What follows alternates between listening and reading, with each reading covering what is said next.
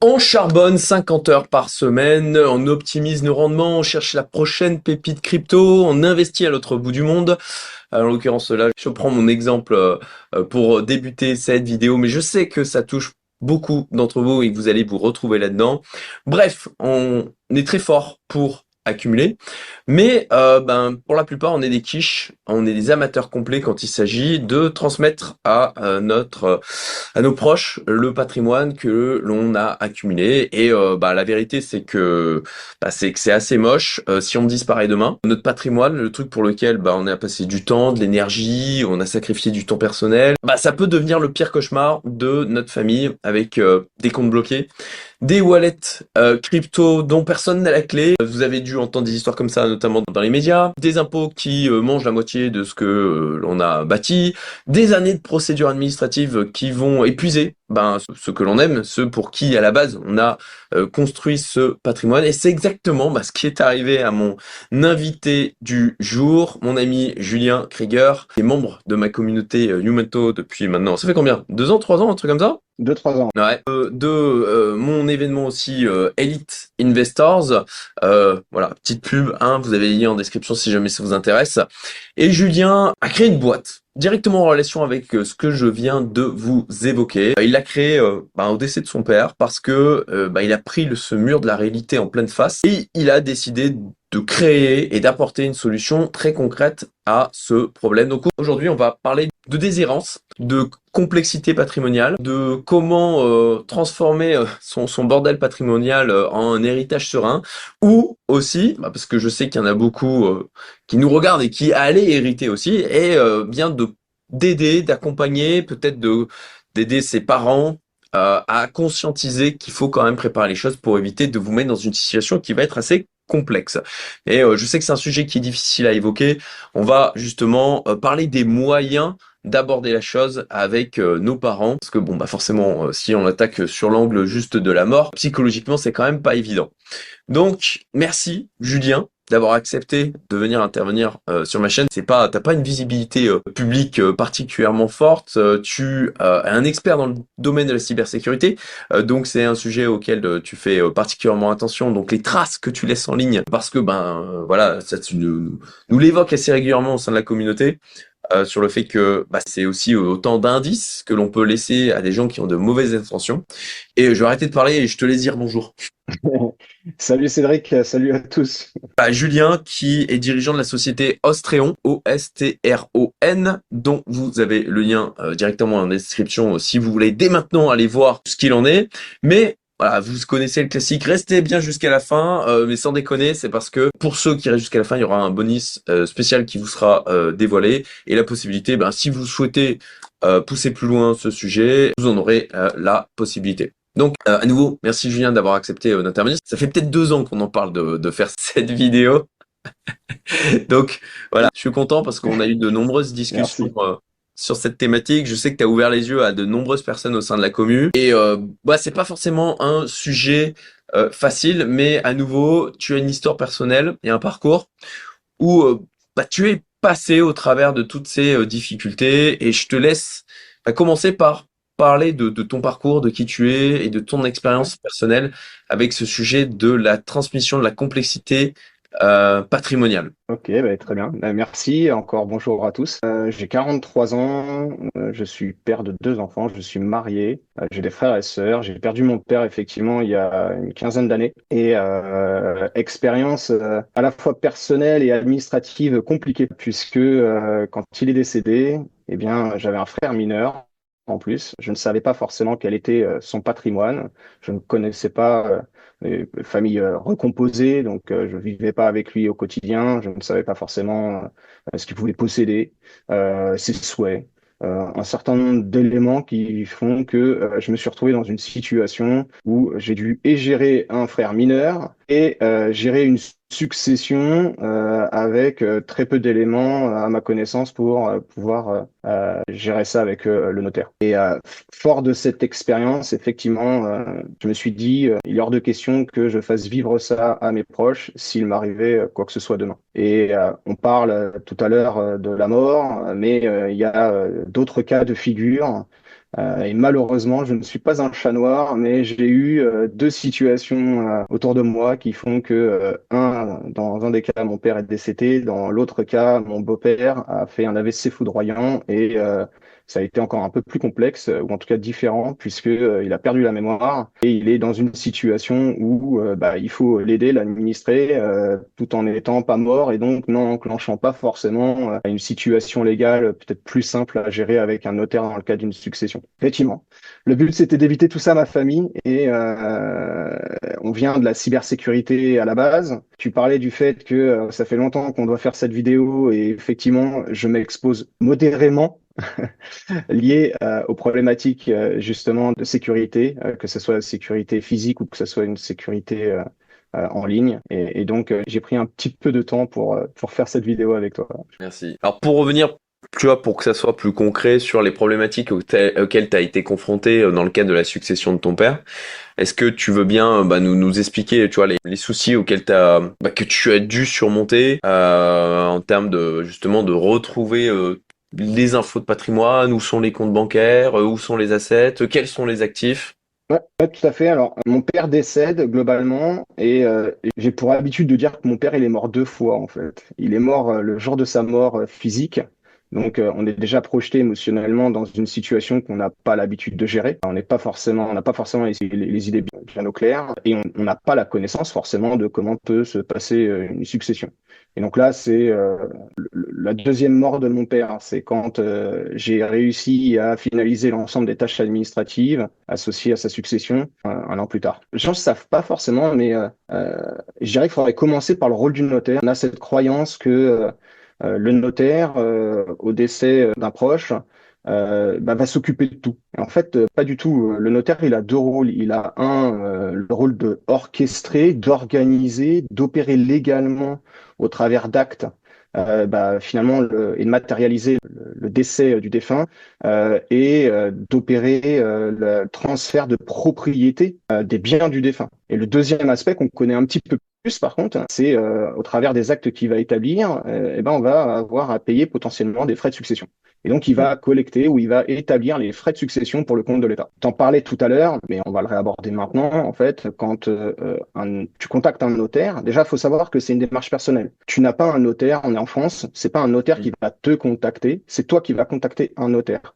Donc déjà, quel notaire choisir? Il y a des notaires qui peuvent être spécialisés dans l'immobilier, par exemple, puis il y a des notaires qui vont être plus orientés sur le droit familial. Ce qui n'empêche ni l'un ni l'autre, hein. Un notaire a un panel de missions, mais il peut être spécialisé plus dans l'un ou dans l'autre. Et du coup, faut savoir qu'il y a des notaires plus facilement accompagner les gens dans la démarche successorale. Quand tu vas contacter ton notaire, à ce moment-là, supposons que tu connaisses un notaire, et c'est là où il peut y avoir un intérêt à baliser et à flécher tes proches vers un notaire que tu connais, un notaire familial peut-être, ou avec qui tu auras mis en place un certain nombre de choses, je sais pas, ton testament par exemple, ou avec qui tu auras orchestré l'achat ou la vente de biens immobiliers dans le passé, ou aussi mis en place un mandat de protection future par exemple. On pourra en parler Hmm. tout à l'heure à quoi ça peut servir. Dans le cas d'un Mais AVC, de perte de mémoire, etc. Ok. exactement. Qu'est-ce qui se passe dans la situation où en fait tu as un accident de vie, mais tu n'es pas mort? Le cas du décès, en tout cas, je pense dans mon approche que le cas du décès est peut-être et probablement la situation administrative la plus simple à gérer. Il Je n'y a parle pas, administrativement. pas d'entre-deux, quoi. C'est Il n'y a clair. pas d'entre-deux. Le cas où tu as un accident de vie et où tu te retrouves dans l'entre-deux, comme tu dis, alors que tu sois dans une situation où tu as quand même de la mobilité, tu as ton état d'esprit. Moi, mon beau-père, par exemple, il a perdu la mémoire. Bon, bah, dans cette situation, c'était compliqué. Il savait plus quoi, où et comment. Donc, là, c'est pareil. Comme pour le décès de mon père, il a fallu ce que j'appelle faire des fouilles. Donc, j'ai sorti l'appel, la pioche, et j'ai été fouillé globalement. Est-ce que c'est toute la problématique, c'est qu'effectivement, on se dit, ok, il y a un décès. En fait, on se projette pas déjà parce que psychologiquement, on n'a pas envie d'y penser, donc on évite le sujet au maximum. C'est ça. Et c'est vrai que, ok, il y a un décès des parents, d'un des deux parents. On prend ton exemple, voilà, le décès du père. Bon, ok, il y a une succession, il va falloir s'en occuper de toute façon parce que il va y avoir des taxes à payer et que l'État il va pas nous oublier. Donc il faut s'en occuper, il faut être proactif sur le sujet parce que même ça peut nous être reproché du côté de l'État si on s'en occupe pas. Lui, dans tous Tout les à fait. cas, il veut prendre il veut prendre sa part. Voilà. L'impôt sur la mort. Donc, ok, on se retrouve dans cette situation et c'est effectivement, comme tu le dis, s'il n'y a pas de notaire qui fait le suivi du patrimoine familial, ce qui dans la plupart des cas, bah, ça veut dire qu'il faut déjà trouver un notaire. Donc, ok, bah, vers qui je me dirige. Là-dessus, j'en profite pour faire de la pub pour une membre de la communauté, Nadège Parico. Je vous mets le lien vers son LinkedIn. Elle est très bien.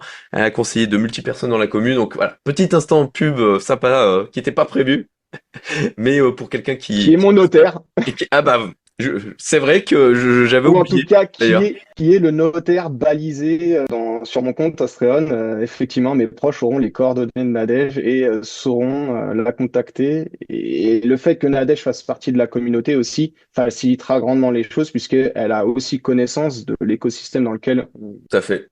Donc voilà, petit instant de pub pour Nadège, lien LinkedIn en description. Elle va intervenir dans quelques temps sur ma chaîne d'ailleurs. Et donc, s'il n'y a pas de notaire, bah en fait, comme tu dis, il faut faire de la fouille. C'est-à-dire qu'il faut aller dans la maison, chercher dans les dossiers, regarder les pochettes. Enfin, c'est très fastidieux. C'est un travail limite de détective pour savoir ah bah tiens j'ai trouvé un relevé de compte donc ok il y a un compte bancaire dans telle banque et puis on se dit ah bah tiens bah non j'ai pas le code du téléphone, je peux pas le déverrouiller, je peux pas accéder du coup aux informations, j'ai pas forcément accès aux emails, j'ai pas accès forcément au Google Drive. Surtout aujourd'hui on a un tout numérique. Avant je dirais exactement. qu'on avait du papier, on avait des éléments, on pouvait vraiment fouiller dans la maison. Là aujourd'hui où on est en tout numérique, bah, on n'a pas les codes d'accès, on n'a pas les codes d'accès, quoi. On n'est pas des hackers professionnels. Et donc, pour arriver à trouver les informations quand tout est en numérique et où il y a un gros mot de passe, et qu'on n'a pas les infos pour pouvoir accéder à ça, c'est hyper compliqué. Et j'imagine que là aussi, d'aller voir Google en disant, bah voilà, ça c'est le compte de mon père, il est décédé, je voudrais accéder aux informations qu'il y a dedans, bah alors bon courage, quoi. En termes de Bon process courage, c'est administratif, le mot. eux, enfin, voilà, c'est Google, ils en ont juste rien à foutre, quoi. Déjà que quand on a un problème de support, ils en ont rien à foutre. Alors là, encore plus. Donc, voilà, ça c'est Effectivement. déjà un gros pain point dont on n'a pas forcément conscience quand on l'a pas vécu. C'est que c'est déjà d'avoir les informations de qu'est-ce qui existe, c'est quoi le montant, Exactement. qu'est-ce qu'il y a derrière, c'est quoi les typologies d'actifs. Et donc toi, tu as été confronté à ça, ou tu as dû faire un travail D'accord. à la fois de prise en charge de tout ça, en gérant le deuil à côté. Donc c'est d'une lourdeur. Je veux dire, on a un deuil à vivre. Je pense qu'on a envie plutôt de peut-être, tu vois, de se poser dans un canapé, de réfléchir, de s'aérer Ouais. l'esprit, pas forcément de rentrer dans des trucs administratifs comme ça qui sont pénibles. Je veux dire, je ne connais quasiment pas de personnes qui prennent plaisir à ce genre de choses, quoi. Et voilà, regrouper et aussi donc faire la démarche d'aller voir un notaire. Et non seulement il faut faire ce travail de fouille, mais aussi transmettre et créer un dossier pour tout donner au notaire pour qu'il ait des éléments afin d'avancer. Parce que sauf erreur, le notaire, il va pas faire ce travail de fouille, sauf si peut-être d'ailleurs, j'en sais rien, hein, il est commissionné pour ça et payé du coup ça pour ça, donc c'est des dépenses. Enfin voilà. Ouais, exactement. J'entends souvent sur les réseaux sociaux parler des taxes et comment l'État nous prendrait tout au long de notre vie 50% potentiellement de tout ce qu'on essaye de construire, de transmettre, et que ça. En fait, ce qu'il faut savoir, c'est que ça, si c'est la première, on va dire, la première peine, la deuxième peine, c'est que tout ce que tu vas avoir construit, eh ben, il y a de grandes chances qu'une bonne partie puisse être perdue parce que non identifié déjà. Donc ça, c'est le premier problème. Un notaire, tu l'as dit, globalement, il va pas avoir la connaissance de ton patrimoine. Il va avoir deux outils, globalement, pour essayer d'identifier le patrimoine de Cédric. Le premier outil, ce sont les bénéficiaires eux-mêmes, les gens qui vont venir le contacter pour lui dire, OK, j'ai ce proche qui est décédé. La première chose qu'il va te demander, c'est qui sont, à votre connaissance, les héritiers, qui sont les bénéficiaires. Il va te demander un extrait de décès, il va te demander un état civil aussi pour essayer de reconstruire justement la généalogie et qui se trouve derrière le défunt. Et la deuxième question qu'il va te demander, c'est, OK, qu'est-ce qu'il avait le défunt? Parce qu'en fait, le notaire ne sait pas ce que possède le défunt. On a cette croyance en allant voir le notaire, mais pas de problème, mon notaire, il saura se débrouiller. La réalité, c'est que non, comme tu l'as dit tout à l'heure, on a des biens qui peuvent être des comptes bancaires, des assurances-vie. Alors là, il existe pour la France uniquement une base de données qui s'appelle Ficovi et Ficoba. Vie, c'est pour assurance vie ou les assurances, la partie assurantielle, et BA, c'est pour la partie banque. Donc au départ, évidemment, hein, c'était pas un outil qui était destiné au notaire, c'était un outil destiné au fisc Mm. qui était là pour s'assurer que effectivement on était amené à pouvoir déclarer les biens et que bah, effectivement les frais de succession puissent s'appliquer. Dans un contexte où on vit dans du tout numérique, tu parlais tout à l'heure de la banque, il faut aller chercher le papier. Bah, ça c'était vrai à l'époque de mon père, il est mort il y a 15 ans. Tout a été dématérialisé. Tu peux rien aller chercher. J'ai plus de relevé bancaire. Ouais, on reçoit Je par trouverais mail. pas ça comme ça. Tu reçois pas mail, t'as pas accès au mail, t'as pas la connaissance, game over. Mm. Alors, si c'est une banque qui est située en France, elle va apparaître probablement dans la base de données, enfin certainement dans la base de données Ficoba. Et là, le notaire va pouvoir faire une demande, une interrogation. Mais par contre, tout le reste, tout ce qui va aller au-delà de ça, tout ce qui va être pour peu que tu aies quelques bijoux, tu as une société, tu fais de l'investissement participatif ou dans des club Mm. deals, sur des plateformes d'investissement. Aujourd'hui, l'investissement, c'est tellement démocratisé que hormis le numéraire auquel le notaire va avoir accès, donc on va vraiment partir sur la partie bancaire et assurantielle, d'accord? Et ça, c'est si c'est en France, parce qu'aujourd'hui, avec le tout numérique et l'accessibilité, tu peux créer un compte en banque en dehors de France très facilement. À Ouais. l'époque, on parlait de Revolut, on parlait de N26, on parlait de You. Tous ces organismes sont des organismes qui ne sont pas situés en France. Alors depuis, certains ont ouvert des succursales en France et donc du coup, ça va être plus facilement identifiable. Mais si tu as des cryptos, si tu fais de l'investissement dans du private equity, dans des club deals, du crowdfunding, on a une cliente, la plus vieille cliente que l'on a, elle a 80 ans. Ah, donc comme quoi, tu vois, c'est vraiment Mm. accessible à n'importe qui, et pour peu que tu saches te servir d'un ordinateur, on va dire, ou d'un téléphone. Elle a des collections et elle a des bibelots chez elle. Et elle nous a dit globalement que elle avait absolument besoin d'une solution comme ça. Je dis mais pourquoi? Je dis mais parce qu'en fait mes proches, je suis certain qu'ils vont appeler le premier antiquaire au première Brocanteur. brocante du coin, Mm. brocanteur, pour venir vider la Nettoyer. maison parce que et entre guillemets ils sauront pas quoi en faire. Ils sauront pas que ça a de la valeur, ça n'en a pas. Ça peut avoir une valeur affective, émotionnelle, mais celle-ci, ça a une valeur financière, par contre. Et puis, de la même manière, si toi, tu es un investisseur chevronné, que tu as de l'expérience, ça fait pas de tes proches des investisseurs chevronnés. Ils ne vont pas nécessairement savoir quoi faire, Mm. comment accéder à ces actifs, comment les récupérer, comment les arbitrer. Est-ce que ça fait plus de sens de conserver cet actif, de vendre celui-ci? À quel moment? C'est là où justement tu as besoin de solutions qui te permettent de pouvoir identifier le patrimoine, identifier à qui ce patrimoine ou ces informations tu souhaites qu'elles aillent, la connaissance donc pour l'identification, et puis entourer tes proches de facilitateurs, de gens qui vont être en capacité de d'être sollicités, qui vont être en capacité de pouvoir les informer, de les aider dans la gestion et dans les décisions à prendre pour ces actifs. Tu parlais tout à l'heure du notaire. Effectivement, le notaire n'est pas un détective. En tout cas, c'est certainement pas ton détective privé. C'est un chef d'entreprise, un notaire. Le notaire, il a comme tout le monde des contraintes financières.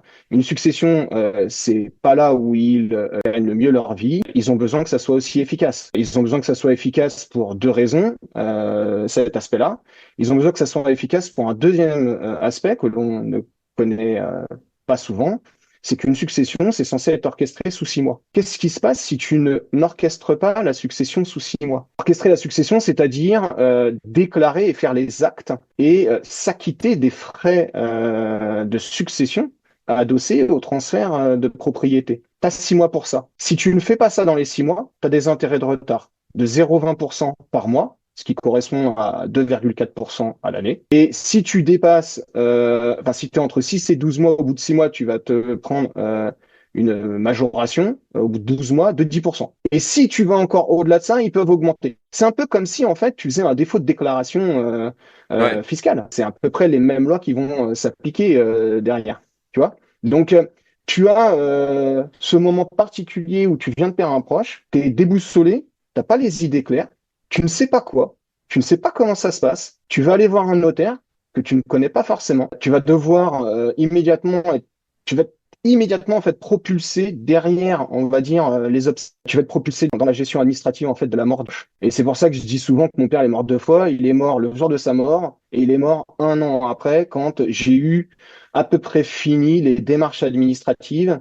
Moi, c'était un petit peu particulier parce que j'avais un frère aussi mineur, donc juge des tutelles à gérer, Ouais. etc. Et tu vois, c'est là où, bon, mon père, il a rien demandé, hein. Je peux pas lui en vouloir. En plus, on était, il y a 15 ans, on n'était pas dans les mêmes situations qu'aujourd'hui. Et si tu me poses la question de savoir si je suis certain d'avoir récupéré l'ensemble des actifs de mon père, la réponse, elle est sûre que non. C'est Ok. certain que non.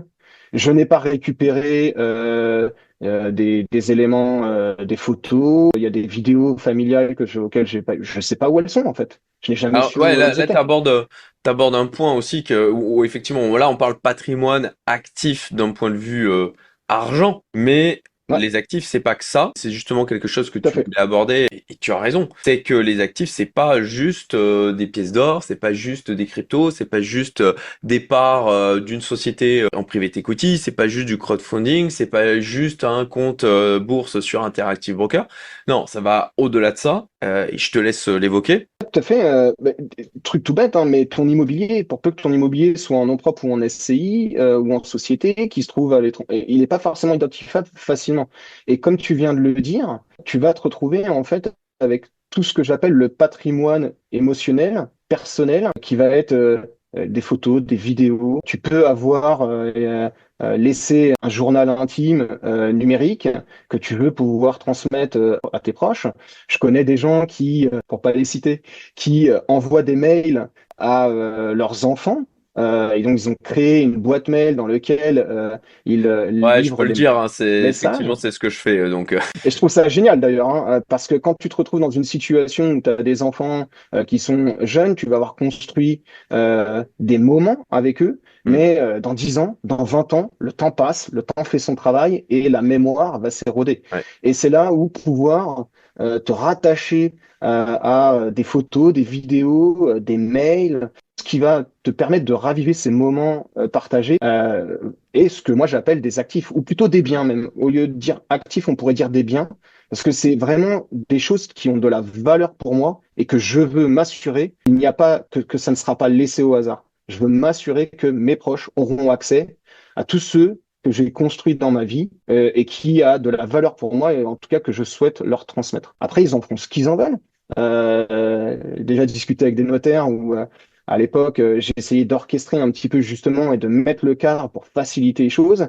Et un de mes notaires, très bon conseil, que j'avais rencontré à la mort de mon père, m'a dit, Monsieur Krieger, vivez votre vie heureux, mais n'essayez pas de vivre votre mort. C'est effectivement un juste milieu entre m'assurer que mes proches vont être à l'abri, ils vont pouvoir et récupérer le patrimoine, les biens financiers et les biens personnels. Et à la fois ne pas non plus après créer un maillage trop serré et où tu les empêches finalement de naviguer aussi dans leur propre vie après ta mort. Donc, c'est un juste milieu à avoir là-dedans. Et effectivement, l'objectif pour moi, à la mort de mon père, après, ça a été de très rapidement de me dire, OK, il y a hors de question que je fasse vivre ça à mes proches. Je veux que ils aient la connaissance de mes biens, de ce que je souhaite auquel je souhaite leur donner accès. Par exemple, c'est tout bête. Et moi, j'ai un dossier médical. OK, j'ai appris il y a quelques mois par une prise de sang complètement anodine, que j'avais une petite anomalie génétique bénigne. Bon, bah, je suis père de deux enfants, c'est héréditaire. Hmm. Je ne sais pas s'ils en auront hérité ou pas. C'est clairement un élément médical qu'il faut que je puisse leur transmettre. Il faut que je m'assure qu'ils le sachent, qu'ils ne le découvrent pas bêtement, Hmm. soit trop tard, qu'ils puissent au pire le préparer. Alors, ça n'a rien de grave, oui, mais j'estime que ça a de la valeur pour eux. C'est important qu'ils sachent que, bah voilà, j'en ai probablement, c'est pas probablement, j'en ai hérité de mon père et de ma mère, qui, mon père n'était peut-être pas au courant de ça en fait. Hmm. Tu vois. Et donc, bah, faut voir comment après ça peut se matérialiser. Donc, tout ça, comme tu viens de l'expliquer, les comptes bancaires, c'est ce à quoi on pense immédiatement, mais tu as énormément de choses autour auxquelles tu n'as plus accès facilement parce qu'il n'y a plus de version papier. Tu as besoin effectivement de transmettre ces informations afin que tu t'assures que ton patrimoine ne soit pas perdu. Deux, que ça ne devienne pas un cauchemar pour tes proches et que tu leur facilites les choses pour que finalement, le moment venu, peut-être, ils puissent aussi se concentrer finalement sur leur deuil, quoi. Ça a plusieurs C'est vocations, hein. ouais. Ça permet de. C'est vraiment un sujet qui moi me touche à cœur parce que je l'ai vécu 2 fois en plus et à chaque fois avec des spécificités un petit peu des choses un peu particulières. Mais tu te retrouves toujours dans une situation où tu es désarmé en fait. Et t'as pas de solution facile. Aller voir un notaire, lui demander de faire des recherches, ça va te coûter un bras parce que c'est pas Et son travail de faire de la recherche. enfin, c'est peut-être très naïf, hein, mais moi je me dis, est-ce que typiquement on peut pas demander aux services fiscaux de communiquer les informations qu'ils ont, eux? Est-ce que eux, ils sont en capacité de faire ce genre de choses, tu vois? Je me dis, ok, s'il y a un expert comptable au milieu, s'il y a eu un avocat à un moment donné, après ça reste quand même du travail de détective, quoi, de fourmi, qui est au bon vouloir, parce que Exactement. j'imagine que un expert comptable n'a pas d'obligation légale de transmettre les infos, c'est à son bon vouloir. Pareil, s'il y a eu un avocat auquel les parents ont fait appel à un moment donné et qui aurait des bribes d'informations. Et alors là où je me le demande, c'est côté fiscal du côté de l'État, est-ce que Mm. lui, l'État, est dans l'obligation, si on lui fait la requête, de transmettre les informations dont il dispose? Alors, il y a des outils qui sont mis à disposition. Donc, toi, tu pourrais, par exemple, aller rechercher si tu as un proche qui est décédé et s'il y a des actifs qui sont ce qu'on appelle en déshérence. En France, hein, pour information, hein, les comptes bancaires, qui est la chose la plus facile, la plus balisée, comme je viens de te le dire, bah, c'est 20 milliards d'euros qui appartiennent à des bénéficiaires non réclamés, non C'est connus. colossal. Donc, tu te dis que, comme on l'a vu tout à l'heure, tu travailles toute ta vie, tu vas payer tes impôts tout au long de ta vie, tu vas payer des taxes. Et à la fin, eh ben, tu peux encore te retrouver dans une situation où tu ne récupères pas le patrimoine parce qu'il n'est simplement pas connu. Tu as des contrats d'assurance vie qui n'ont pas les bonnes clauses bénéficiaires. Une clause bénéficiaire, c'est ce qui va indiquer finalement à qui tu souhaiterais que l'assurance vie aille. Bon, bah, par défaut, ça dit quoi? Ça dit mon conjoint, ma conjointe, mes enfants, à défaut, mes héritiers. Bon, bah, quand tu as dit ça, tu rien dit globalement. D'accord? Alors, il y a Hmm. un gros travail auprès des banques et des organismes des assureurs qui essayent justement, parce qu'ils sont conscients qu'il y a eu cette problématique-là ou que cette problématique-là est en place. Et donc, ils essayent de revoir les clauses bénéficiaires pour avoir des choses plus précises. Mais c'est pas flexible. Tu vas pas aller voir ton banquier ou tu vas pas penser à changer ta clause bénéficiaire tous les jours. Il faut un outil qui soit plus flexible. Tu es au 21e siècle, tu as besoin d'avoir un accès rapide, facile, immédiat, de n'importe où, n'importe quand, n'importe quoi. Aller voir ton notaire pour, par exemple, lister tout ton patrimoine. Bon, bah, ton notaire, il va être disponible pour toi éventuellement première fois. Il n'y a pas que ça à faire que d'aller lister et de remettre à jour ton inventaire au fur et à mesure des investissements ou des changements de vie que tu vas avoir. Il va t'accompagner, bien évidemment, mais il va pas faire ce listing pour toi et il va pas non plus tous les jours, tu vas pas venir ou essayer de prendre un rendez-vous avec lui. Et comme on le disait tout à l'heure, dans un monde où aujourd'hui d'actifs diversifiés et géographiquement et dans Hmm. les classes qui se trouvent partout, il te faut un outil globalement qui donc tu peux être amené à utiliser un fichier Excel, hein, par exemple. Évidemment, c'est pas ce que moi je vais recommander parce que le fichier Excel, faut-il qu'il soit un endroit où les personnes vont se rappeler qu'il existe, qu'il se trouve à tel endroit, qu'ils puissent y accéder. On a vu tout à l'heure, les fichiers, bah, ils vont être sécurisés sur un espace cloud. Ok, mais comment j'accède à l'espace cloud? Et puis au fait, c'était quel espace cloud? Et puis quand tu contactes le fournisseur, et comme tu l'as dit tout à l'heure, il a peut-être d'autres chats à fouetter, donc tu vas peut-être pas être sur sa liste prioritaire.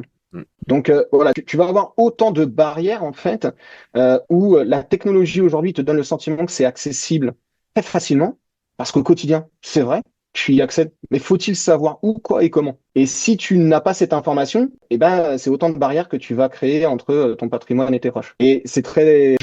Quand je me suis posé ces questions, je me suis dit, mais est-ce que je suis le seul à avoir ce problème? Parce que finalement, Ouais.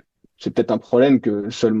On a fait des recherches et on a sondé des investisseurs, des entrepreneurs, et on leur a demandé, OK, au sein de votre famille, qui a la connaissance du patrimoine? Qui gère, qui opère, qui sait que vous avez fait que vous avez tel bien, celui-ci, etc. Globalement, à 93% du cas, c'est une personne unique au sein du foyer. Ça va être toi, peut-être dans ta famille, moi, peut-être dans la mienne, ou ma femme, mais dans 93% des cas, il n'y a qu'une seule personne au sein de la famille qui va être au courant et avoir les accès et les informations nécessaires. Et quand on a demandé à ces 93% de personnes, OK, très bien, est-ce que vous avez une solution pour pouvoir transmettre ces infos? Est-ce que vos proches sauront accéder au contenu, seront identifiés, sauront quoi faire? 97% d'entre eux nous ont dit non, je suis à peu près sûr qu'ils ne sauront pas quoi faire et ils risquent de faire des erreurs et des bêtises. Et c'est vrai que pour des gens, on a un client par exemple, il a des crypto-monnaies et il avait besoin de notre solution parce que,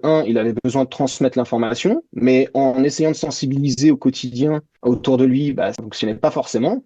C'est-à-dire que les personnes n'ont pas tous la même sensibilité, hein. Les Hmm. proches, globalement, ce qu'on nous dit, c'est que, bah oui, ils savent qu'il y a des choses, Ouais. mais des choses, c'est pas suffisant. C'est quoi, où, comment je le récupère. Et bah, tu connais la problématique aussi sur les cryptos, en l'occurrence. C'est un sujet qui peut être un peu technique. Tout le monde ne saura pas forcément quoi faire et comment opérer la récupération des actifs.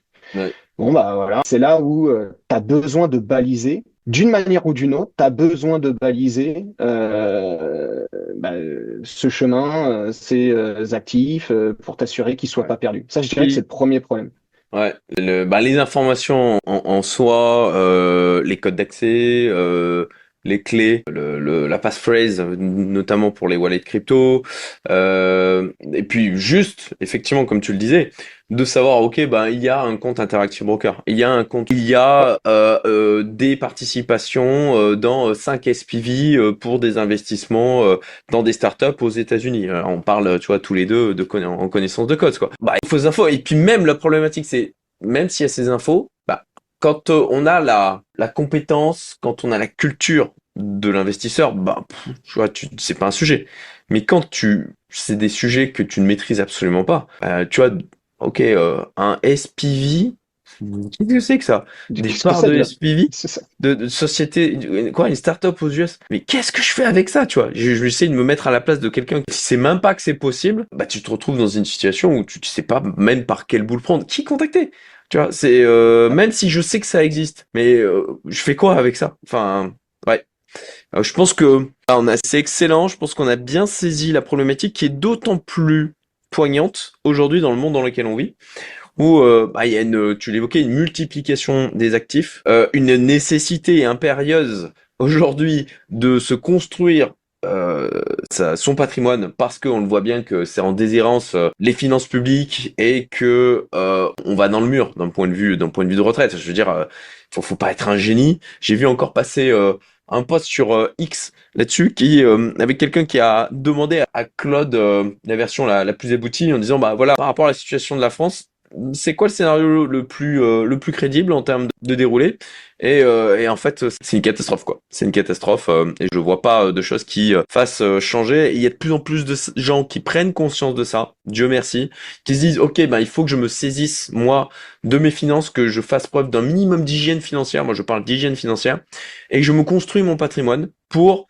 ne pas dépendre de qui décidera de ce qu'il fait et de la manière dont il fait donc au final de se retrouver prisonnier et donc forcément, quand en plus de ça, on cherche de la résilience, qu'on investit à l'international, qu'on investit dans de multiples devises, ça complexifie et il faut une solution pour transmettre l'information. Alors, Tout à fait. pour ceux qui sont héritiers, typiquement, parce que là, on a pas mal parlé du sujet où, ok, effectivement, on pense à ses enfants. Ce qui, à mon sens, d'ailleurs, on y reviendra, mais pour moi, c'est un acte d'amour de se préoccuper de ça, de se projeter sur le moment où effectivement d'être au-delà du après moi le déluge quoi. De se dire ok ben déjà ils vont souffrir de ma mort mais je veux pas en plus de ça qu'ils aient à nettoyer mes cochonneries quoi. De faire quelque chose de propre pour qu'ils puissent vivre leur deuil dans des conditions qui me semblent autant acceptables que possible. Donc moi je pense que c'est vraiment un acte d'amour. Et pour ceux qui voient qu'il y a des parents qui ont développé du patrimoine, qui font plein de trucs, comment à ton avis on peut aborder le sujet parce que c'est assez compliqué, tu vois, d'aller vers ses parents en disant bon ok, en fait ce serait bien qu'on parle du moment où tu vas crever, parce que moi j'aimerais bien quand même récupérer la totalité du patrimoine que j'ai pas envie de me faire chier à devoir courir à droite à gauche pour savoir où c'est. Enfin, c'est hyper difficile à aborder, quoi. T'as des gens Ouais, qui peuvent avoir suffisamment d'ouverture d'esprit pour comprendre qu'on se préoccupe de ça,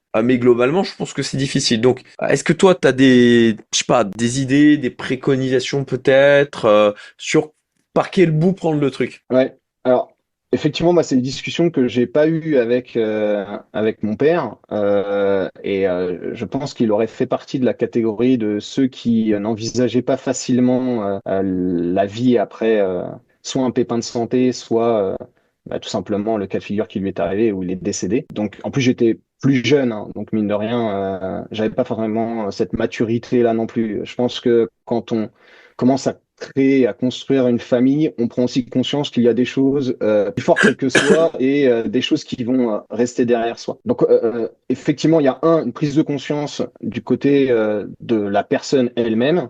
Et quand on est côté des héritiers, effectivement, c'est pas des situations faciles à aborder. Ça va dépendre de la psychologie de la personne qu'on a en face. Il y a des personnes qui veulent pas du tout l'aborder. Il y a des Hmm. personnes qui vont être complètement ouvertes. Moi, ma mère, elle utilise notre solution et on a déjà eu des discussions et donc c'est très facile. La mère de ma femme, c'est un sujet qui est plus délicat. On n'a pas eu une discussion très ouverte, mais globalement, on lui a donné accès à la plateforme et un jour, elle nous a dit, c'est bon les enfants, j'ai fait le nécessaire, on n'a pas nécessairement besoin d'en parler.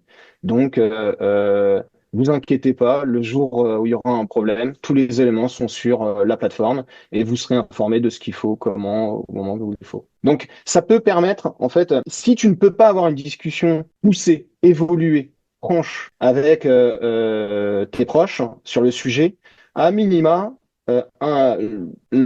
leur dire qu'il y a des outils dans lesquels ils peuvent être amenés à faire ce travail euh, en intimité, on va dire, sans nécessairement devoir orchestrer et donner toutes les informations patrimoniales à ses proches à cet instant, Ouais, hein. parce Il y a qu'il y en des a qui informations qu'on ne cachent veut aussi, pas. qui ont pas envie que, Il y en a. effectivement, leurs Mais, enfants, ils savent qu'il y a 10 millions de patrimoine. Moi, j'en connais, hein.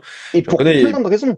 ouais, et qui, tout à fait, qui sont compréhensibles. Ça peut biaiser, entre guillemets, l'évolution des enfants. Et effectivement, on peut avoir envie de mettre en œuvre sans pour autant avoir cette discussion. Et c'est là où, justement, pouvoir s'appuyer sur une solution qui te permet de faire le nécessaire, soit en simplement informant et en disant, au fait, s'il m'arrivait quoi que ce soit, vous inquiétez pas, j'ai pris des dispositions, vous serez informé en temps voulu, c'est déjà énorme. Après, avoir la discussion avec ses proches parce qu'on n'a pas de tabou, ben ça, c'est une question personnelle.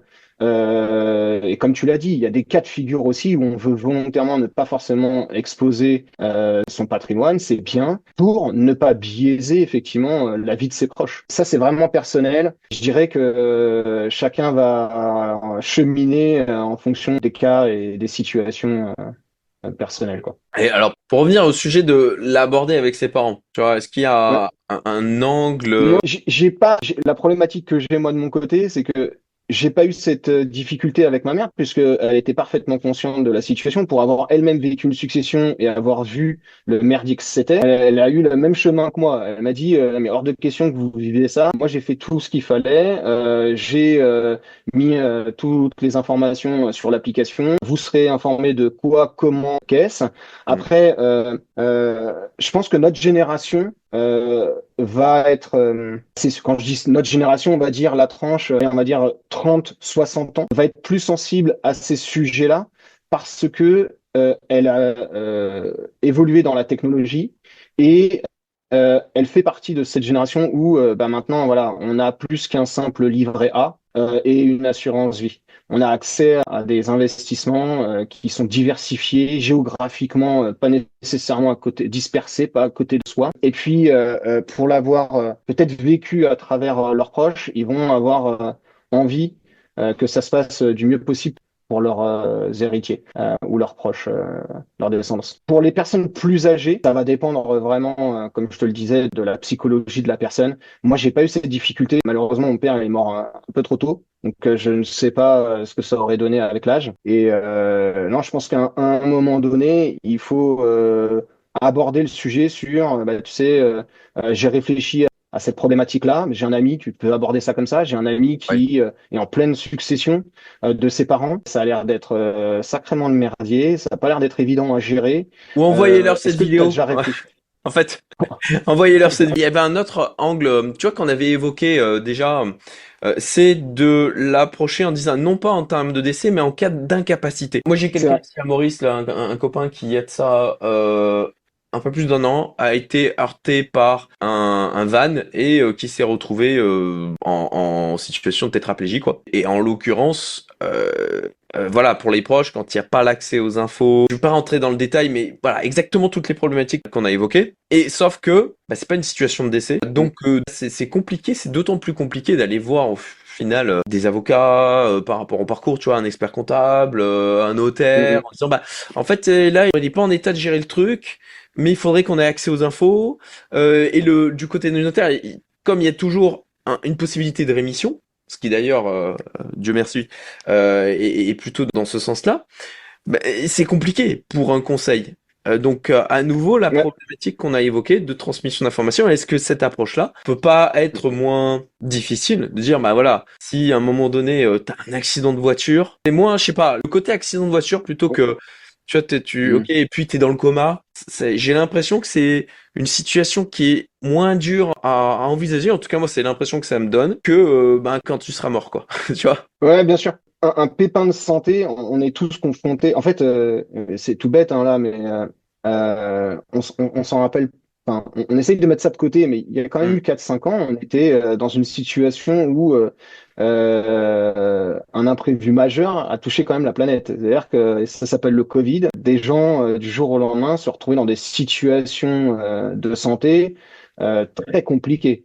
D'accord? Donc là, c'est vraiment l'imprévu, la chose que, comme pour la personne que tu évoques là, c'est un c'est un imprévu de vie. C'est des trucs tout bêtes, hein, mais le nombre d'accidents domestiques qui existent, tu changes une ampoule, tu vas sur ton toit pour changer une tuile, tu nettoies, enfin, tu peux avoir des situations diverses. Il y en a des milliers Ou de même, personnes qui tous les ans se retrouvent dans cette situation-là, quoi. Ou même Ouais. d'ailleurs, on se retrouve à choper une saleté en termes de maladie, et juste, on n'a Mm. pas l'énergie et pas l'envie de s'occuper de la gestion du patrimoine. Par ce biais-là, Ouais. ça peut être aussi Non. un moyen de dire, bah voilà, j'ai les informations, Ouais. ok les enfants, là je suis pas en état, je vais me concentrer sur le fait de me soigner, prenez le relais. Voilà. D'accord. Et peut-être de l'aborder justement comme ça, en disant, bah au moins, tu as des options, tu as la possibilité de C'est ça. dire, je pense que ça peut être une approche, j'y pense là maintenant, ça peut être une Ouais, si, c'est vrai, approche c'est vrai. de simplification, pour poser le sujet sur la table. C'est très pertinent, effectivement, j'avais pas pensé à ce cas de figure-là, mais effectivement, on peut se retrouver dans des situations où tu veux simplement passer la main. Il y a un point important quand même pour des personnes à noter, parce que si on peut donner quelques conseils aux gens aussi, on pense encore une fois souvent à la mort, mais il y a cette situation-là que tu évoques de la personne qui est dans une situation d'incapacité, alors une vraie incapacité au sens médical, tu es dans un coma ou autre, tu peux mettre en place des dispositions, et d'ailleurs moi j'estime que ça c'est un actif, c'est une information que mes proches doivent avoir, j'ai un mandat de protection future. C'est-à-dire que j'ai été voir Hmm. un notaire et avec ce notaire, on a organisé, orchestré le cas de figure où je me retrouve dans une situation où je ne suis plus en capacité, je ne suis pas mort, mais je suis plus forcément en capacité de prendre les bonnes décisions. Et du coup, mes proches auront accès aux informations, auront accès à ce mandat de protection future, et ils seront au courant et ils pourront mettre en œuvre aussi les choses que j'ai pu vouloir encadrer dans le cadre du mandat. Ça, c'est un élément effectivement qui est à prendre en compte. C'est bien de le mettre en place, ce mandat de protection future, qu'il y ait un cadre légal, parce que sinon tu te retrouves dans une situation où tu vas devoir faire venir des experts médicaux qui vont devoir Potentiellement un juge des tutelles qui peut être nommé ou ce genre de choses, ça peut bah, partir dans des trucs compliqués, quoi. en tout cas, ce qui est clair, c'est que tu ne peux pas récupérer la propriété et gérer les choses de quelqu'un sans un cadre légal. C'est pour ça que le décès, ce que je disais tout à l'heure, est peut-être la situation d'un point de vue légal la plus simple, parce que, ok, maintenant il faut transférer la propriété. Par contre, le cas où tu es dans une situation où tu n'es plus en capacité, mais tu n'es pas décédé, c'est là où un mandat de protection future va pouvoir aider, faciliter les choses, et tu vas t'éviter des démarches avec des médecins qui vont devoir attester de l'incapacité de la personne avec une contre-expertise possible si tu as des proches qui sont pas d'accord. Et là, ça y est, tu pars dans des cas de figure. Parce que On part d'une situation, un décès avec une succession facile où tout le monde s'entend, tout le monde se... Ouais, mais Ouais. la vie, elle peut être plus compliquée que ça aussi. Il y a des situations où les héritiers, les proches ne s'entendent pas. Et c'est là d'avoir orchestré et d'avoir un minimum balisé les choses va permettre de faciliter la chose pour l'ensemble de la cellule familiale. Et au lieu d'être un événement fédérateur, une succession peut devenir une bombe atomique, hein, Mm. très clairement. Là-dessus, d'ailleurs, Euh, justement, on va organiser un live privé. Donc ça sera pour les membres de ma liste email privée. Vous avez le lien en description, mais aussi vous avez un formulaire où vous pouvez vous inscrire. Voilà, c'est en description, c'est gratuit pour pouvoir participer et être prévenu quand ce live privé aura lieu. L'objectif de ce live, c'est que là, il y a des sujets, il y a des choses que Julien ne peut pas dire publiquement sur YouTube. Donc c'est de le faire dans un cadre privé. Limité. Ça sera aussi la possibilité de lui poser des questions. Et puis bien évidemment, vous l'avez compris, Julien, il a aussi créé une société et une solution par rapport à ça. Je précise d'ailleurs, je l'ai pas dit, mais cette vidéo n'a en aucun cas sponsorisée. Moi, ça me fait vraiment plaisir de recevoir Julien sur ma chaîne. Je n'ai aucune rétrocommission, aucune commission, j'ai pas été payé ni quoi que ce soit. Voilà, c'est vraiment avec pour objectif, et comme je l'ai dit, ça fait 2 ans que je le tanne pour qu'on fasse cette vidéo, parce que je pense qu'il y a vraiment de la valeur dans celle-ci. Dites-le nous d'ailleurs en commentaire hein, si là ça vous éclaire et vous en tout cas moi avec mes discussions avec Julien comme ça j'ai conscientisé des choses que je n'avais absolument pas conscientisées avant. Donc dites-le nous dans les commentaires et partagez les vidéos hein, si vous appréciez ce contenu, si vous avez des gens autour de vous quand même. Je pense qu'il y a beaucoup d'investisseurs sur ma chaîne. Je pense que ça va vous intéresser déjà d'avoir écouté tout ce que Julien a pu vous expliquer jusqu'à maintenant et certainement que vous avez aussi des investisseurs autour de vous donc partagez-leur la vidéo aussi. Et voilà, formulaire en description, commentaire épinglé aussi, si vous souhaitez donc vous inscrire pour être prévenu quand on organisera ce live avec voilà une offre spéciale qui sera faite aussi pour ceux qui sont présents par rapport à la solution de Julien Austréon. Et justement, on va y venir. Ok, toi tu as créé une solution par rapport à ça pour répondre à toutes les problématiques qu'on a évoquées jusqu'à maintenant, aux différents cas qu'on a évoqués qui, ben, pour avoir un compte, ben, est vraiment très bien pensé, notamment sur l'aspect sécurité, parce que moi tout de suite c'est un des sujets, je me disais ouais, faut mettre mes mots de passe, qui a accès, comment ça marche, comment c'est protégé, et en normal. cas de hack, typiquement, moi il y a, voilà, il y a des, je vais pas les citer, mais il y a des outils de suivi aujourd'hui qui existent en France où on peut rentrer toutes ces informations de patrimoine, etc. Ouais, sauf que déjà bah, quid de qui accède à ça? Deux, Mm. si à un moment donné le fisc français il dit ouais ben en fait donnez-nous les infos sur telle personne, je suis plutôt Bien sûr. prudent. Enfin, voilà, par rapport à la prédation fiscale de notre cher État français. Donc, je suis pas à l'aise d'aller sur ce type de solution. Donc, tout de suite, moi, c'est un truc que j'ai évoqué. Et donc, qu'est-ce qui fait que ta solution est sécurisée et bah, évite que ce type de situation où un hacker vienne pirater par exemple votre outil et vienne récupérer toutes les informations. Effectivement, tu as entièrement raison. Alors, très égoïstement, moi, je veux pouvoir dormir la nuit. Je veux pouvoir être tranquille, paisible. Je ne veux pas me demander toutes les 5 minutes si un acteur externe, quel qu'il soit, étatique ou pas, ne serait-ce qu'un collaborateur ou quelqu'un de l'équipe qui pète un câble demain et qui se dit oh, je vais aller taper dans les actifs des clients de notre solution. Il était indispensable pour moi on ne puisse pas accéder au contenu des informations des clients. Ah, Et écoutez donc, bien, c'est hyper important là, avec la quantité de leaks de données qu'on a eu dernièrement entre la police hein, en France, la sécurité sociale, les trucs de centre de tir, enfin on a eu pléthore d'informations très personnelles qui ont été leakées, publiées sur notamment le dark web. Donc voilà, vraiment l'aspect de la solution là de Julien, c'est hyper important. Pardon, je t'ai coupé, mais je voulais vraiment souligner cet aspect. aujourd'hui, soyons clairs, on évolue dans un monde où celui qui te dira que mais c'est pas possible, on peut pas rentrer chez toi, on peut pas rentrer chez moi, c'est impossible. Personne, elle te ment. Ce n'est pas possible de garantir ça. Le FBI se fait pirater, la NASA se fait pirater. C'est pas parce que ce sont des nuls, c'est parce que déjà ils sont nombreux et ils ont besoin d'accéder au contenu des données clients. Tu mets des informations quelque part, tu as besoin d'y accéder. Un Facebook, quand tu mets tes informations dessus, bah lui pour pouvoir faire du business, il accède au contenu des informations que tu vas mettre sur leur interface. Nous, on est parti de ce constat qui est que oui, on vient de la cybersécurité, oui, il n'est pas possible de garantir que un mur n'est pas cassable. Par contre, à quoi as-tu accès quand tu as cassé ce mur? Est-ce que tu as accès finalement aux données? Est-ce que j'ai la possibilité du coup d'aller me servir? Bon, ben, nous, on est parti du principe qu'on voulait pouvoir dormir la nuit, on voulait être serein, et il n'y avait qu'une manière de pouvoir être serein et permettre à nos clients d'être également sereins, c'est de mettre en place ce qu'on appelle du zero trust. Ça veut dire que l'ensemble des données que tu vas mettre sur la plateforme, elles sont chiffrées localement avant d'être envoyées dans la plateforme. Ce qui fait que moi qui ai mis en place, moi, Postreon, les équipes Postreon, nous qui avons mis en place un château fort avec une douve, avec des archers, avec des murs épais, un pont-levis, eh bien, même si quelqu'un arrivait à pouvoir péter toutes ces défenses, ce qui arrive justement à la NASA, ce qui arrive à tous ces organismes qui ont eu des fuites de données, eh bien, la différence majeure entre nous, c'est que les données derrière, eh bien, nous, ce sont des confettis. Donc, tu arrives potentiellement à tout péter, bah, tu arrives avec un sac de confettis. Donc, tu feras la plus belle soirée de ta vie, hein, si tu as envie. Tu pourras les jeter en l'air autant que tu veux, tu pourras t'amuser. Mais l'image, elle est vraiment là. Elle est que derrière les murs, nous, on a créé un système qui fait qu'on ne stocke pas tes données. On n'a pas tes données. Toi, tu les as quand tu te connectes à la plateforme parce que tu vas venir télécharger les fichiers chiffrés et reconstituer localement les informations.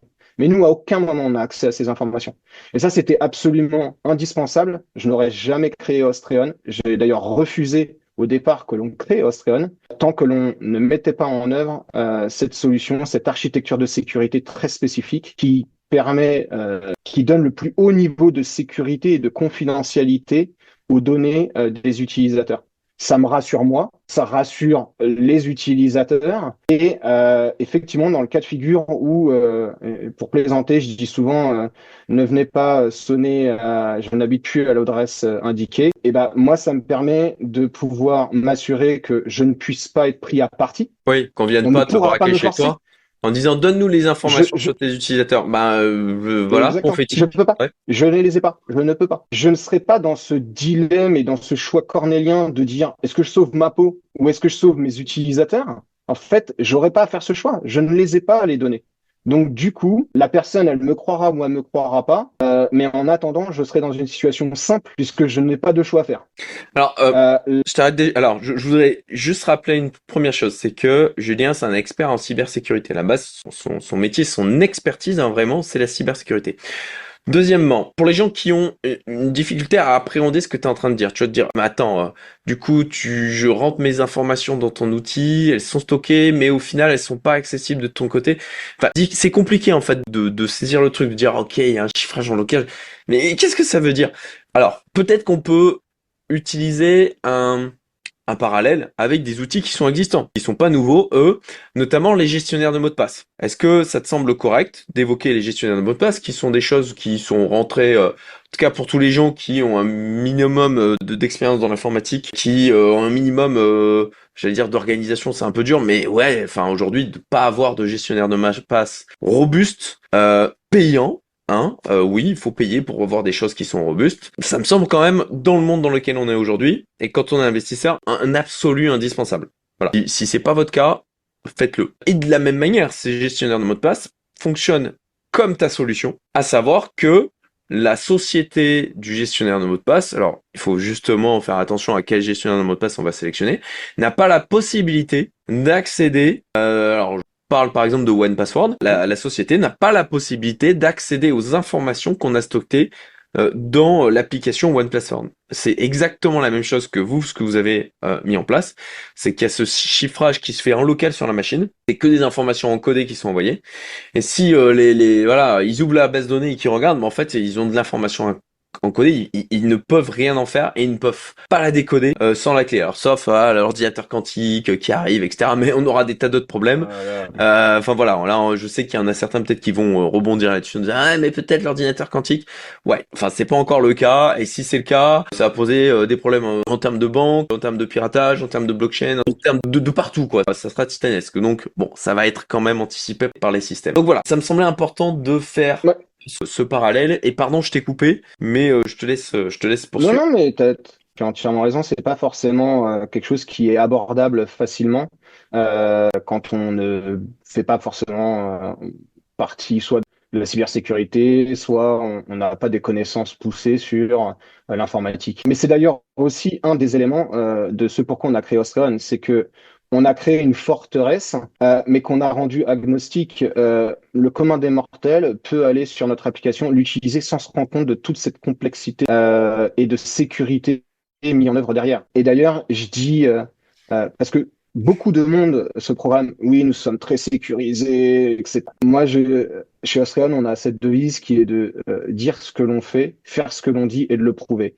Et en fait, la mise en œuvre de la technologie de sécurité dont je te parle, qui a d'ailleurs été éprouvée, hein, on en a parlé lors de conférences auprès d'experts, les gens étaient assez bluffés sur la mise en œuvre et surtout sur une spécificité dans l'application qui te permet de récupérer l'accès à ton compte si tu venais à potentiellement oublier certaines informations dont tu as besoin pour te connecter. Mais comme je le disais, aujourd'hui, tout le monde se prétend être très sécurisé et comme tu l'as dit, pourtant tout le monde se fait pirater. Bah, il y a un moment donné où nous, on aime dire ce que l'on fait, on aime faire ce que l'on dit, et on aime le prouver. Et donc, on a fait faire un audit de sécurité, évidemment, hein, parce que c'est pas parce que je te le dis que tu ne devras me croire sur parole. On a fait faire un audit de sécurité par KPMG en boîte blanche, en boîte noire, c'est-à-dire que pendant 2 mois, ils ont passé à essayer de pénétrer les systèmes en n'ayant aucune connaissance. Et puis, après ce délai-là, on leur a dit, bon, bah voilà, l'application, elle fonctionne comme ça. Voilà notre architecture de sécurité.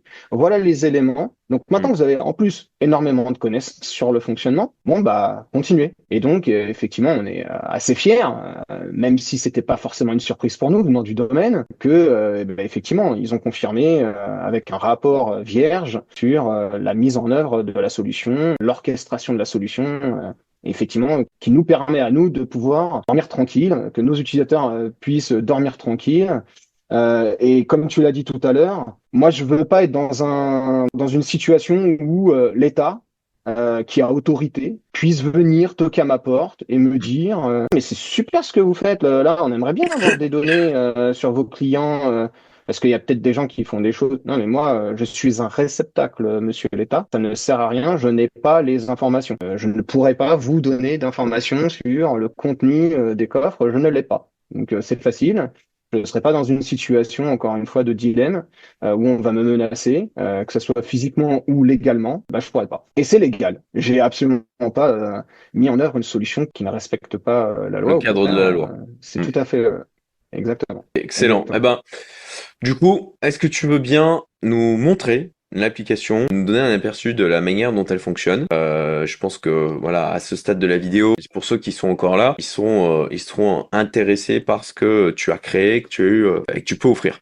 Avec, je vous le Ouais. rappelle, si vous voulez poser des questions, si vous voulez en savoir plus, si vous voulez plus de détails, si vous voulez aussi avoir des informations sur des pièges, des choses qui arrivent dans le cadre de succession ou d'incapacité. Voilà, il y a des choses dont on ne peut pas parler publiquement sur YouTube, des histoires dont on ne peut pas parler publiquement, et ça sera des choses qui seront abordées lors du live privé qu'on organisera avec Julien. Et donc, vous avez le lien pour vous inscrire, description de la vidéo et commentaires épinglés. Effectivement, il y a des éléments que je peux pas être amené à évoquer là, mais je préfère qu'on en parle événement privé. Ce que tu vois ici, c'est justement la matérialisation de la sécurité. C'est-à-dire que je viens de m'identifier et j'ai créé, si tu veux, dans des termes non techniques, une espèce de portail dimensionnel entre moi, là où je me trouve, mon navigateur, et les serveurs d'Ostreon. Comme si tu avais créé un chemin, un VPN et à travers le chemin, les fameux fichiers qui sont sécurisés, chiffrés, encodés, ou les confettis, comme j'en parlais tout à l'heure. Les confettis sont ramenés dans l'interface, là, dans le navigateur, et sont reconstitués, et là, tu peux maintenant voir les informations. C'est ça la solution de Zero Trust. Le fait de stocker de l'information sous une forme que seul le client peut avoir accès, auquel le Le client peut zéro avoir trust, accès. d'ailleurs, pour la traduction, c'est zéro confiance, quoi. Zéro confiance. Voilà. Et ce n'est pas une technologie que l'on a créée. Nous, c'est la mise en œuvre et l'orchestration de cette technologie qui Oui, c'est une garantit la techno sécurité. qui existe depuis longtemps, mais qui n'est pas forcément mis Exactement. en place de partout, parce que bah, Exactement. justement, ils veulent avoir accès à ces informations, et toi, en l'occurrence, bah, c'est pas ton sujet, C'est toi. tout l'inverse. C'est tout l'inverse. Moi, je refuse d'avoir accès à tes informations. Donc là, c'est un compte de démo, volontairement, hein. Donc là, c'est l'utilisateur. On peut observer qu'il a 11 actifs, il a 3 bénéficiaires qu'on voit ici. Il a donc 3 proches à qui il veut que les informations relatives à ses actifs soient envoyées en cas de problème. Et il a 8 facilitateurs. Et c'est ce que je te disais tout à l'heure. Aujourd'hui, identifier le patrimoine est la première problématique, mais comment le récupérer, quoi en faire, est une autre problématique. Et la troisième problématique qu'on essaye de simplifier à travers tout ça, bah, c'est finalement rendre le cadre et de la démarche de succession bah, beaucoup plus simple, Hmm. beaucoup plus facile, beaucoup plus rapide. Comme on le disait tout à l'heure, tu as 6 mois pour faire une succession. Pour peu que tu aies un patrimoine un petit peu diversifié, et même si c'est pas un gros patrimoine, à partir du moment où il est diversifié, ça va être complexe. Ça va être Ouais. très complexe. Donc là, moi, cet utilisateur, il a 11 actifs. Tu peux cliquer ici et accéder, ou tu peux accéder évidemment aux menus qui sont en haut. Il a un testament avec également un mandat de protection future. Il a une maison à Teneuil. Il a une assurance décès. On n'en a pas parlé, mais ça, c'est un élément qui peut être aussi un tips intéressant. Quand tu as un patrimoine diversifié, tu as 6 mois pour t'acquitter des frais de succession et terminer la Ouais. succession, d'accord? Mais imaginons que tu aies un patrimoine qui soit illiquide, c'est-à-dire des Ouais. maisons. C'est pas forcément Ouais. facile immédiatement. Et puis, un patrimoine émotionnel personnel. Tu peux avoir une maison de famille que tu veux souhaiter conserver au sein de la famille. Bon, bah, tout cela va faire grossir les actifs de la succession et tu vas retrouver, les héritiers vont se retrouver dans une situation où ils doivent s'acquitter des frais de succession. Mais si tu n'as pas la liquidité pour pouvoir t'acquitter des frais de succession, tu te retrouves dans cette situation où tu es obligé de liquider et de vendre certains actifs pour pouvoir t'acquitter de ces frais-là. Sinon, tu retombes, comme on l'a dit tout à l'heure, dans les pénalités qui vont venir s'appliquer. L'État ne Et vous oubliera bon, pas, c'est clair. l'État va pas t'oublier et l'État va avoir un certain degré de patience. Et plus on va avancer et où l'État aura potentiellement besoin de fonds, et moins il sera peut-être patient. On a vu les successions aussi, les frais de succession, les abattements des frais de succession évoluer dans le temps. Fut un temps, tu n'avais pas les mêmes frais de succession. Aujourd'hui, tu as des frais de succession qui sont par héritier rabaissés. Enfin, en tout cas, si le patrimoine n'est pas supérieur à 100 000 euros par héritier, tu vas pas nécessairement avoir de frais de succession. Oui, mais si tu as des biens immobiliers ou tu as une maison de famille, tu peux assez rapidement, potentiellement, atteindre ce seuil-là. Et là, tu te retrouves dans cette situation où bah, finalement, tu vas peut-être devoir forcer tes héritiers à vendre des biens qu'ils ne voudraient pas vendre. Donc ça, c'est intéressant, l'assurance décès dans ce cadre-là, parce que si tu viens à décéder ou que tu as un pépin, eh ben, tu vas avoir créé auprès d'une assureur, tu vas souscrire à une assurance auprès d'un assureur, pour que si t'arrivait un pépin, ça débloque une somme d'argent liquide, immédiate, que les héritiers vont pouvoir, dont les héritiers vont pouvoir bénéficier et vont pouvoir utiliser. Et de cette manière-là, eh ben, ils pourraient s'acquitter des frais de succession sans avoir Oh non. à faire des choix justement et à arbitrer trop rapidement, soit parce que le patrimoine n'est pas liquide, soit parce que c'est pas le bon moment peut-être aussi pour certains arbitrages, etc., etc. Donc à garder en tête, petit tips, je ne suis pas conseiller financier, je ne suis pas un gestionnaire de patrimoine, mais par expérience, avoir une assurance décès qui permettrait de couvrir les faux frais, ce qu'on pourrait dire, donc les frais du quotidien pendant une petite période de temps, plus les éventuels frais de succession, c'est une bonne chose à garder en tête. Globalement, ici, en tant qu'utilisateur, j'ai accès à la liste de mes actifs. Je peux évidemment mettre toutes sortes d'informations. On l'a vu tout à l'heure, un testament, un mandat de protection Hmm. future, des Oui, éléments ça, sur ma d'ailleurs, maison. là-dessus, ça ne remplace pas un testament, on est d'accord, tu vois, il y a des bénéficiaires qui sont Ah déclarés, non, mais ça ne remplace pas un testament. ça remplace pas un testament, ça ne viendra pas annihiler potentiellement le cadre légal de la succession. À Mm. savoir qu'une succession, ça faut le prendre aussi en compte, il faut bien en avoir conscience, en fonction de là où tu te trouves, là où se trouvent tes héritiers, là où se trouvent les biens. Donc pour les expatriés, la Mm. situation est naturellement beaucoup plus complexe. Tu vas te retrouver effectivement dans un droit qui va s'appliquer, qui va être multipartie, international, et c'est pas aussi simple que ce qu'on pourrait le croire.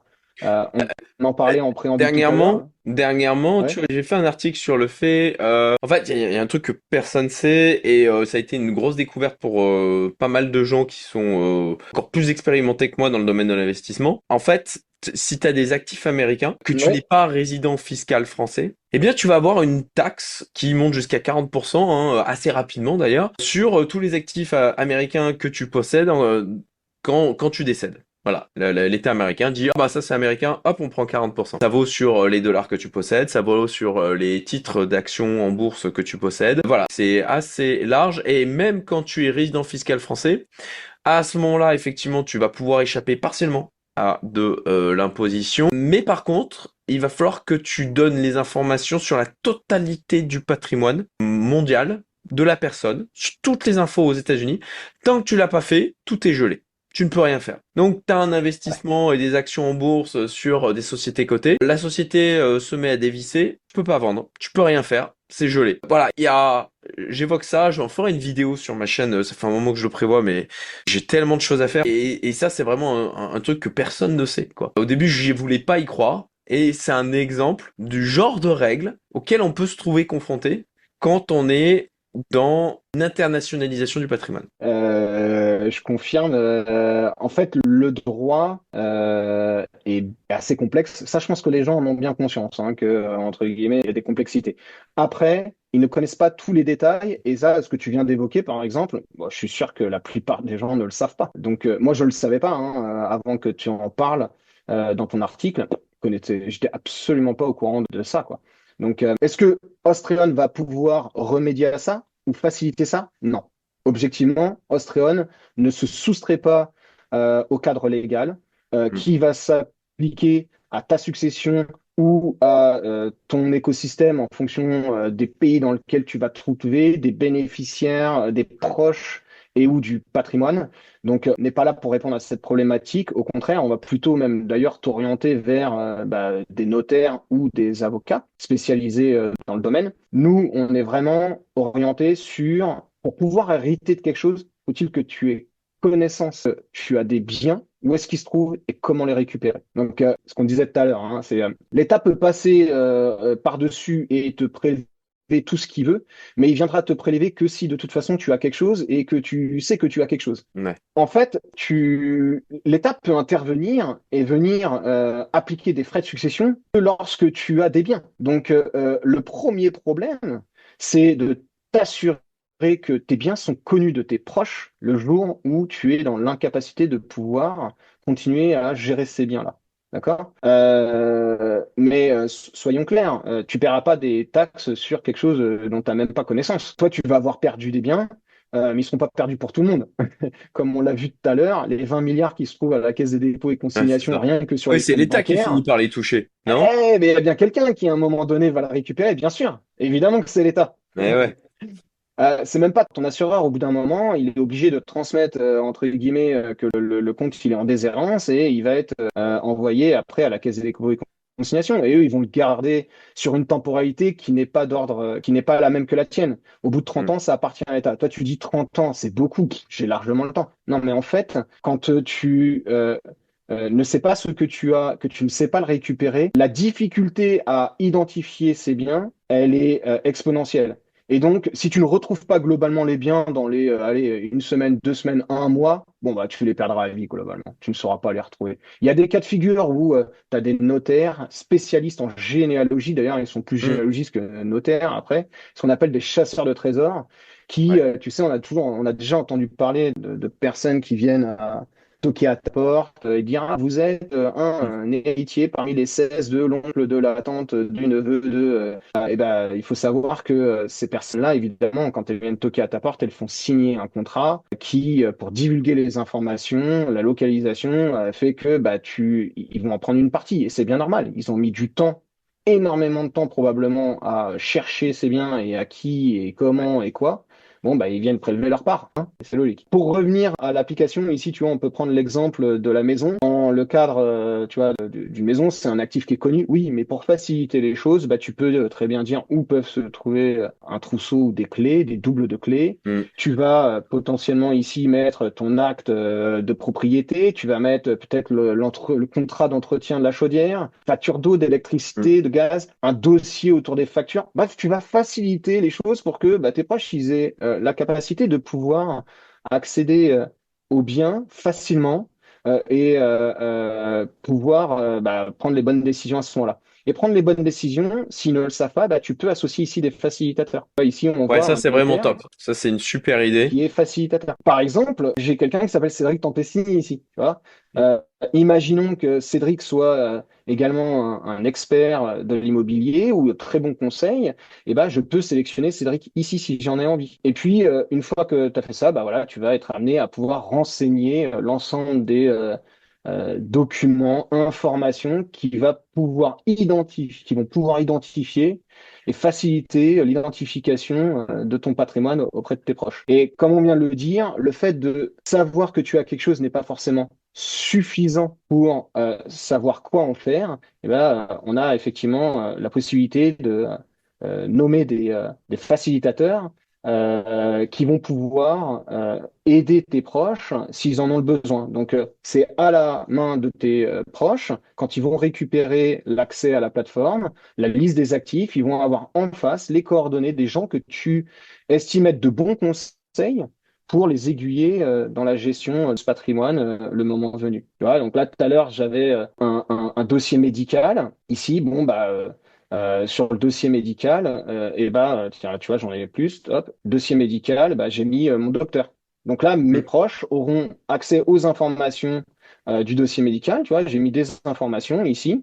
J'ai expliqué l'anomalie génétique, ce qu'elle pouvait faire, par exemple. Là, j'ai les éléments du dossier médical. Mes proches auront accès à ces informations, plus les coordonnées du facilitateur pour lui demander quoi faire, comment, et est-ce qu'il y a quelque chose à anticiper ou pas. Voilà, donc l'idée, c'était Ouais. vraiment de réunir le quoi, le à qui, le comment, où les facilitateurs jouent ce rôle-là. Le notaire, tu vois, il a un rôle et il a une place particulière dans l'application. Il est vu comme un facilitateur. Donc là, si je retourne sur les facilitateurs, il est créé automatiquement ici. Et le but, c'est de la même manière de donner les coordonnées éventuellement d'un notaire pour le flécher mes proches dans la bonne direction. M'assurer qu'ils n'aillent pas voir peut-être le notaire du coin avec qui ils n'ont pas de relation, qui connaît pas forcément ma situation. Si j'en ai un, bah là, c'est le bon endroit pour le nommer. Et donc, du coup, m'assurer que mes proches aillent voir lui en particulier. Voilà, encore une fois, l'idée, c'est faciliter potentiellement des démarches qui peuvent être complexes dans des situations compliquées, t'assurer que ce pourquoi tu as travaillé et ce que tu souhaites transmettre aussi bien à titre de patrimoine financier, mais personnel, émotionnel, aille bien à tes proches si tu te retrouvais dans une situation délicate et que tu ne serais pas en capacité nécessairement d'administrer ton patrimoine.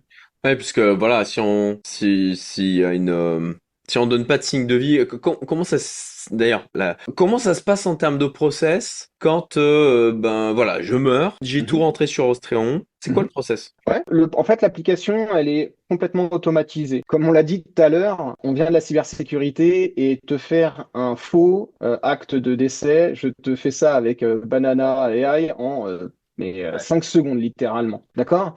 Je ne veux pas que Osreen se retrouve dans une situation de devoir euh, confirmer le décès ou pas d'un utilisateur. Donc nous, on est parti sur une approche complètement automatisée et avec un contrat qui est très simple. Tu vas recevoir une notification, une preuve de capacité, ce qu'on appelle, à une fréquence que tu vas définir. Donc là, par exemple, 14 jours. Et 14 jours, cette personne reçoit une notification qu'elle doit confirmer. Tu peux évidemment partir sur 30 jours. Je conseille pas forcément d'aller sur des périodes de temps plus importantes, parce qu'on l'a vu tout à l'heure. Tu as 6 mois pour organiser une succession. Le plus tôt tes proches se retrouvent dans une situation où ils ont accès aux informations, le plus tôt ils peuvent prendre les bonnes décisions. Ne serait-ce que s'il y a des décisions médicales à prendre pour toi, si tu as besoin de fonds pour rapidement pouvoir donner des soins à tes proches, il faut que tu puisses avoir accès potentiellement à certains biens, peut-être au numéraire. Donc, tu vois, tu vas te retrouver dans des situations où, très clairement, le plus faible est le délai, le plus tôt, les bénéficiaires vont être informés. Moi, je considère que 30 jours, c'est bien. Moi, je suis motard. Je sais que je prends des risques supplémentaires par rapport à la moyenne des gens, ne serait-ce que même si j'ai une conduite je suis très vigilant, je suis très prudent, j'ai une conduite prudente. Moi, j'ai 14 jours, par exemple, sur mon compte. Bah, tous les 14 jours, je reçois une notification. On est habitué à recevoir des centaines de notifications par jour. Bon, bah, je considère qu'une notification tous les 14 jours, bah, ça va pas vraiment me gêner, quoi. Et donc, je valide ces notifications. Et globalement, l'application, elle continue à tourner jusqu'à ce qu'un jour, je ne valide plus des notifications. Mm. Et ce jour-là, il faut forcément que l'application puisse se dire, attends, c'est peut-être pas juste un oubli. Il faut s'assurer que voilà, ça s'installe. C'est pas, t'as plus de batterie sur ton téléphone, t'as pas accès à ton ordinateur, t'es parti en week-end, peu importe. Je vais pas, l'application ne doit pas se déclencher immédiatement. Donc, tu vas avoir un compte à rebours qui va se mettre en place et qui, après ce laps de temps, là, va déclencher l'envoi. Donc, moi, j'ai 30 jours pendant lesquels je vais recevoir une notification pour me rappeler que j'ai Ostreon qui pourrait se déclencher si je ne viens pas me connecter et à valider cette notification. Parce que c'est vraiment la capacité, la preuve de capacité. Et nous, pour nous assurer que globalement, il n'y ait pas de déclenchement intempestif, on va être ramené, évidemment, après un certain nombre de notifications ratées, à prendre contact avec l'utilisateur pour s'assurer que c'est pas une simple erreur, lui rappeler qu'il a des notifications à valider pour éviter un déclenchement intempestif. Ouais, typiquement un Euh, passage en spam où on sait pas pour quelle raison des emails de notification, on les voit plus passer, on clique plus sur le lien parce que ça c'est le principe, c'est on reçoit un email, on clique sur le lien, ok, ouais, je suis vivant au clair. Voilà, c'est très rapide, ouais. très simple. Dans notre roadmap, on a évidemment une application mobile qui est en développement et aussi des notifications par SMS. L'objectif, c'est que en fait, tu sois le plus rapidement en capacité d'accéder à ton compte Mm. et que ça devienne un outil où tu te connectes à ta banque, va venir rajouter cet actif à ce moment-là sur Rostreon. Ça va te Mm. prendre 2 minutes. On a une série vidéo qui va s'appeler En 2 minutes chrono. Et globalement, l'application, elle a été faite de sorte que tout soit faisable en moins de 2 minutes. Donc, tu veux créer un actif, ça te prend 2 minutes. Tu veux créer un bénéficiaire, ça te prend 2 minutes, voire moins, hein, en Mm. fonction de si tu es organisé et structuré. Après, plus tu vas mettre d'informations dans tes actifs, plus tu vas mettre en capacité de pouvoir prendre les bonnes décisions et comprendre ce pourquoi tu as peut-être mis ces actifs en place. Je vais te prendre un exemple crypto, par exemple. Ici, tu vois, je vais dire, mon hardware wallet, il se trouve enterré dans mon jardin sous le pommier, par exemple. J'en sais rien. Fais ce que tu veux. Ça, c'est pas à moi de te Mm. dire où est-ce que tu as mis tes 24 mots. Par contre, tu vois, je veux dire, demander conseil à Cédric pour récupérer les actifs et s'il faut arbitrer le portefeuille. Mm. Là, moi, deux facilitateurs, je considère que ce sont deux personnes de confiance. Ça ne veut pas dire pour autant que mes proches doivent partager mes 24 mots avec ces personnes-là. Et tu vois, c'est ce que je vais leur mettre ici. Ne pas partager les 24 mots qui permettraient d'accéder directement aux actifs. Mm. Mais je vais mettre des informations ici pour orienter, guider. Parce qu'au quotidien, autour de moi, dans ma cellule familiale, je suis celui qui gère le patrimoine. On l'a vu tout à l'heure, 93% des gens gèrent seuls le patrimoine familial. C'est pas que Alice, elle ne soit pas intéressée, c'est que peut-être elle est occupée à faire autre chose, ou Mm. peut-être que ça ne l'intéresse pas non plus, peut-être qu'elle n'est pas aussi expérimentée sur le sujet, on n'a pas tous les mêmes centres d'intérêt. Néanmoins, Alice, elle sait qu'il y a quelque chose. Oui, mais où, quoi, comment? Donc Très voilà, donc clair. l'idée, c'était vraiment de rendre très intuitive l'application visuelle. Ça reste un sujet humain. Il faut le prendre et le considérer de cette manière-là, quoi. Et Le après, but, comme tu le c'est, comme disais, tu l'as dit tout à l'heure. c'est un élément qui peut rebuter, c'est de se dire, oh là là, il va falloir que je rentre toutes les infos. Là-dessus, il y a deux approches. C'est soit bah, on se prend un moment et on le fait une bonne fois, ce qui serait plutôt mon approche, hein, je suis plutôt dans ce mode de fonctionnement, Ouais, ou de se dire, ben, au fur et à mesure, je le fais au fur et à mesure, quoi. exactement. C'est les deux Alors, approches possibles. Comme je te disais tout à l'heure. j'ai un petit démon qui vient toquer à ma baby tray, je lui ouvre. Parce que sinon, elle va Vas-y, pas nous vas-y. lâcher. J'imagine que maman t'a dit que tu pouvais pas venir me déranger et que du coup tu as fait le tour de la maison pour venir. Hein, c'est ça? Non, mais c'est la preuve. On ne fait pas tout ça pour rien. On fait ça pour justement probablement nos enfants Hmm, ou en tout cas des gens auxquels on tient. Donc, si on clairement. passe autant de temps au quotidien à construire ce patrimoine, Ouais, on il ne peut pas faut bien pas. prendre une demi-journée pour remplir le truc entièrement, ou Voilà, voilà, en fonction de l'appétence de chacun, de le faire au fur et à mesure, quoi. Parce qu'au final, exactement.